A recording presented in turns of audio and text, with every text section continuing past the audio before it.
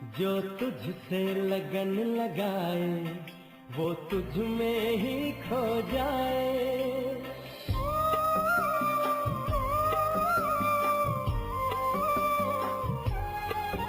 जो तुझसे लगन लगाए वो तुझ में ही खो जाए। जो तुझसे योग लगाए वो परमानंद को पाए। तू सत्य है, तू शक्ति है, तू सत्य है, तू शक्ति है। जो तुझसे लगन लगाए वो तुझ में ही खो जाए। जो तुझसे योग लगाए वो परमानंद को पाए। तू सत्य है, तू शक्ति है, तू सत्य है, तू शक्ति है। ओम शांति। 29 दिसंबर 2021 प्रातः मुरली बाप दादा मधुबन। आज शिव बाबा के महावाक्य है, मीठे बच्चे तो माधा कल्प के लिए सुख धाम में होली डे मनाएंगे क्योंकि वहाँ दुख का नाम निशान नहीं है। प्रश्न, ब्राह्मण बच्चों को बाप ऐसी कौन सी युक्ति बताते हैं जिस युक्ति से वे अपना जीवन सफल बना सकते हैं? उत्तर, बाबा कहते, मीठे बच्चे अपना जीवन सफल करना है तो अपना तन मन धन सब ईश्वरीय सेवा में लगाओ। Follow father. फिर देखना इसकी एवज में तुमको क्या मिलता है। आत्मा गोल्डन एज बन जाएगी, तन भी बहुत सुंदर मिलेगा, धन तो अथाह मिल जाएगा। गीत है, आखिर वह दिन आया आज। ओम शांति। जब बाप ओम शांति कहते हैं तो दादा भी ओम शांति कहते हैं। बच्चे भी अंदर में कहते हैं ओम शांति। जब कोई भाषण करते हैं तो ओम शांति कहते हैं। वहाँ सब बैठे हुए भी कहते हैं ओम शांति। रेस्पॉन्ड जरूर देना होता है। अभी तुम बच्चे समझते हो आत्माओं और परमात्मा का अभी मिलन हो रहा है। गाया हुआ है, आत्मा परमात्मा अलग रहे बहुकाल। जिससे बहुत काल अलग रहते हैं उनसे ही सम्मुख मिलते हैं। वह आते हैं अपना पाठ बजाने। भक्ति मार्ग में जिसको इतना ढूंढते रहते, आखिर वह दिन भी आता है जबकि बाप से मिलना होता है। सिर्फ एक भारत ही अविनाशी खंड है, बाकी सब है विनाशी खंड। नई दुनिया में तो सिर्फ भारत ही होता है, भारत का कभी विनाश नहीं होता है। यह तो है ही। अभी तो कितने खंड है। भारत में जब देवी देवताओं का राज्य था तो वहाँ कोई खंड नहीं था, सिर्फ भारतवासी ही थे और कोई मनुष्य नहीं थे। भारत में सिर्फ सूर्यवंशी देवी देवताओं का राज्य था। अभी उन्हों के सिर्फ चित्र रह गए हैं। यादगार तो रहना चाहिए ना। पहले कितना छोटा झाड़ होता, उसको कहा जाता है राम राज्य, ईश्वरीय राज्य। ईश्वर की स्थापना है ना। अभी तो है आसुरी स्थापना और सतयुग की है देवी स्थापना। ईश्वर की स्थापना आधा कल्प चलती है, फिर आसुरी स्थापना होती है जिसको रावण राज्य कहा जाता है। वह है निर्विकारी दुनिया और यह है विकारी दुनिया। दुनिया में कोई नहीं जानते कि यह दुनिया का चक्र कैसे फिरता है। देवी देवता फिर कहाँ गए, पावन सो फिर पतित कैसे बने। सीढ़ी उतरना होता है ना। कलाएं कम होती जाती हैं। जैसे चंद्रमा को ग्रहण लगता है तो कहा जाता है दे दान तो छूटे ग्रहण। अभी बाप कहते हैं 5 विकारों को छोड़ो। जब तुम रावण की जेल से छूटेंगे तो राम राज्य स्थापन हो जाएगा। वहाँ ये 5 विकार होते नहीं, यह भी किसी को पता नहीं है। मनुष्य समझते हैं यह सदा से ही चले आते हैं। दुनिया में मनुष्यों की अनेक मत हैं, तुम्हारी है एक मत, इसको कहा जाता है अद्वैत मत। यहाँ है आसुरी मत। तुम जानते हो हम भारतवासी राम राज्य में थे, पूज्य सो पुजारी बने हैं। तुम बच्चों की बुद्धि में यह नॉलेज अभी बैठी है। हम ही पूज्य थे, फिर पुनर्जन्म लेते लेते पुजारी बने हैं। वह समझते हैं परमात्मा ही पूज्य पुजारी बनते हैं, उनकी ही सारी लीला है। अभी परमात्मा ही परमात्मा बने हुए हैं। यह सबसे बड़ी भूल है। अभी तुम बच्चों को तो खुशी होती है, जिस बाप को आधा कल्प याद किया अब वह मिला है। कहते हैं दुख में सिमरण सब करे, सुख में करे न कोई। वही आत्माएं फिर दुख में आती हैं तो बाप को याद करती हैं। सतयुग में कोई भी बाप को बुलाएंगे नहीं, तो अभी आत्माओं का परमात्मा से, परमात्मा का हम आत्माओं से मेला होता है। बाप ही ज्ञान का सागर है, इनमें पानी के सागर की बात नहीं है। संगम पर देखो कुंभ का कितना बड़ा मेला लगता है। अभी सच्चा सच्चा मेला तुम्हारा लगा हुआ है। सब तो इकट्ठे मिल नहीं सकते, कोई कहाँ से आते हैं। मेले पर कितने लाखों मनुष्य जाते स्नान करने, जन्म जन्मांतर यह स्नान करते आए हैं। कहते हैं यह मेला लगता ही रहता है। छोटा और बड़ा कुंभ भी कहते हैं। अब बाप तो एक ही बार आते हैं पतितों को पावन बनाने। गंगा पतित पावनी है तो क्या वह ज्ञान सुनाएगी? यहाँ तो पतित पावन बाप बैठ सृष्टि के आदि मध्य अंत का ज्ञान सुनाते हैं। बच्चे जानते हैं अभी दुनिया की हालत क्या है। विनाश तो बच्चों ने देखा है।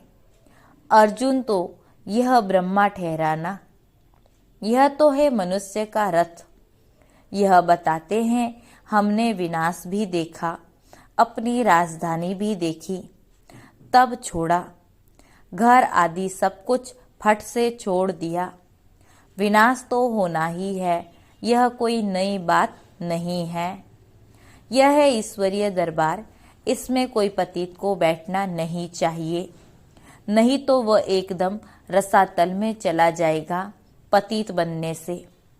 इसीलिए पतित को आने का हुक्म नहीं है। ऐसे कोई कोई आ जाते हैं, समझते हैं इन्हों को क्या पता कि हम विकार में गए हैं। यह बड़ी गंदी चीज है। विलायत में 4-5 बच्चे पैदा करने वालों को इनाम मिलता है।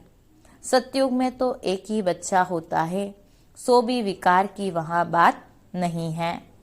वहाँ तो रावण राज्य ही नहीं, वह है राम राज्य। कन्या शादी करती हैं तो कन्या को गुप्त रीति से बहुत कुछ देते हैं जो किसी को पता नहीं पड़ता। बाप भी कहते हैं बच्चे तुमको गुप्त दान देता हूँ, किसको पता पड़ता है क्या कि हम क्या दे रहे हैं। यह है गुप्त, कोई समझ नहीं सकते कि यह बीके विश्व के मालिक बनेंगे। यह तुम अभी समझते हो। हम विश्व के मालिक थे, फिर 84 जन्म लेते हैं। हम कलप कलप बाबा से वर्षा लेते हैं। कहते हैं बाबा हम कलप कलप आपसे मिलते हैं, कलप पहले भी मिले थे। बाबा को ही राम कहते हैं। राम त्रेता वाला नहीं, उनको तो सिर्फ उनका बच्चा ही बाबा कहेगा। यह तो बेहद की बात है। अब बाप तुम बच्चों को कहते हैं, तुम बच्चों को देवी गुण धारण कर ऐसा बनना है। इन देवी देवताओं की कितनी महिमा करते, परंतु समझते कुछ भी नहीं। कहते हैं अच्युतम केशवम, अब कहाँ राम कहाँ नारायण, सबको मिला देते हैं, अर्थ कुछ भी नहीं निकलता। अभी तुमको नट सेल में सब कुछ समझाया जाता। द्वापर से लेकर यह भक्ति मार्ग शुरू होता है। 84 का चक्र लगाकर नीचे उतरना ही है। 84 जन्म गाए जाते हैं। बाबा ने पूछा, यहाँ तुम बैठे हो तो क्या सब 84 जन्म लेंगे या कोई 80 82 भी लेंगे? क्या सब पास होंगे? क्या भागंती होने वालों के जन्म कम जास्ती नहीं होंगे? अवस्था अनुसार ही हर एक का पाठ होगा। बहुत है जो आश्चर्यवत भागंती हो जाएंगे, फिर सतयुग में कैसे आएंगे? वह तो प्रजा में भी बहुत देरी से आएंगे, क्योंकि ग्लानि करते हैं। इतने सब थोड़े सूर्यवंशी में आ सकते हैं। नंबरवार पुरुषार्थ अनुसार माला बनती हैं। बाप तो ज्ञान का सागर है, कौन सा उनमें ज्ञान है यह भी कोई नहीं जानते।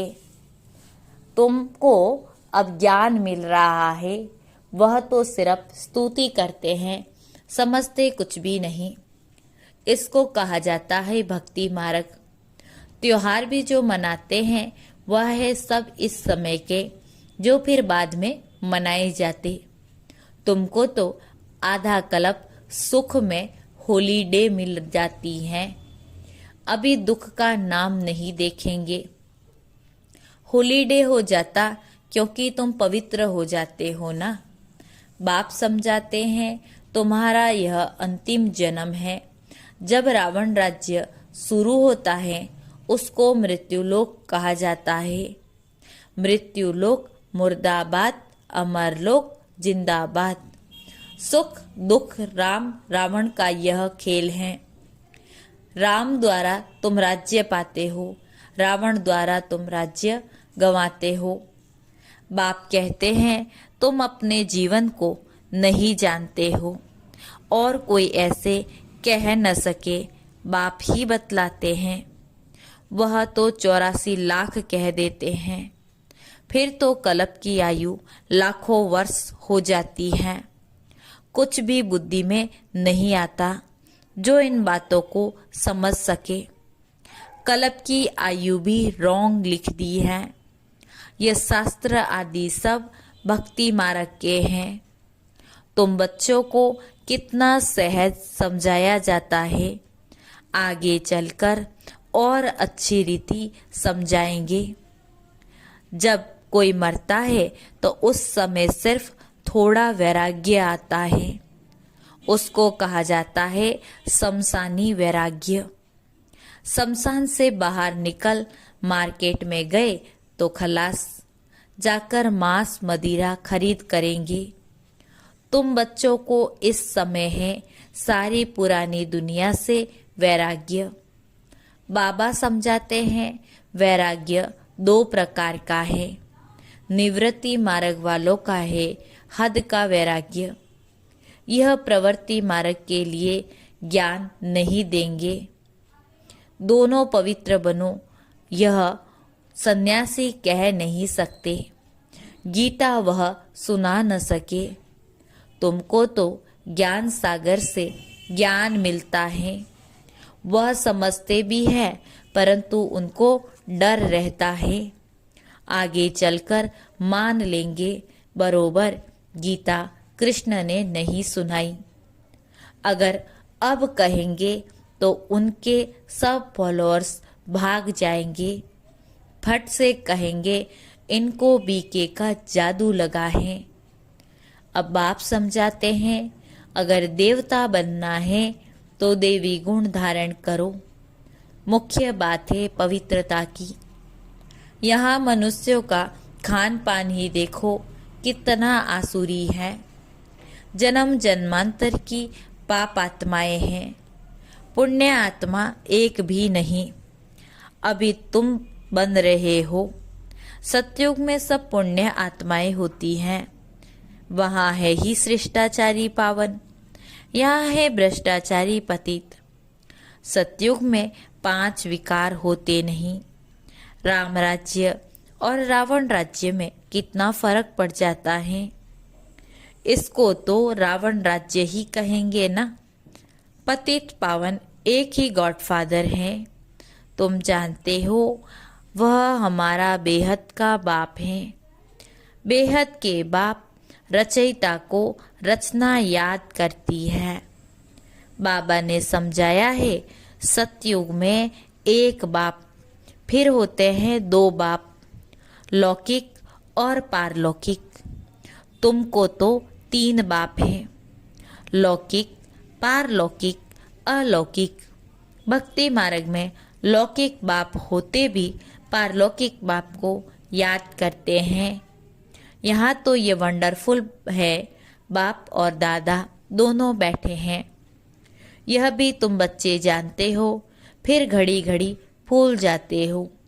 प्रजापिता ब्रह्मा तो गाया हुआ है ना, वह अभी भी मिलता है। प्रजापिता ब्रह्मा है साकार, वह है शिव बाबा निराकार।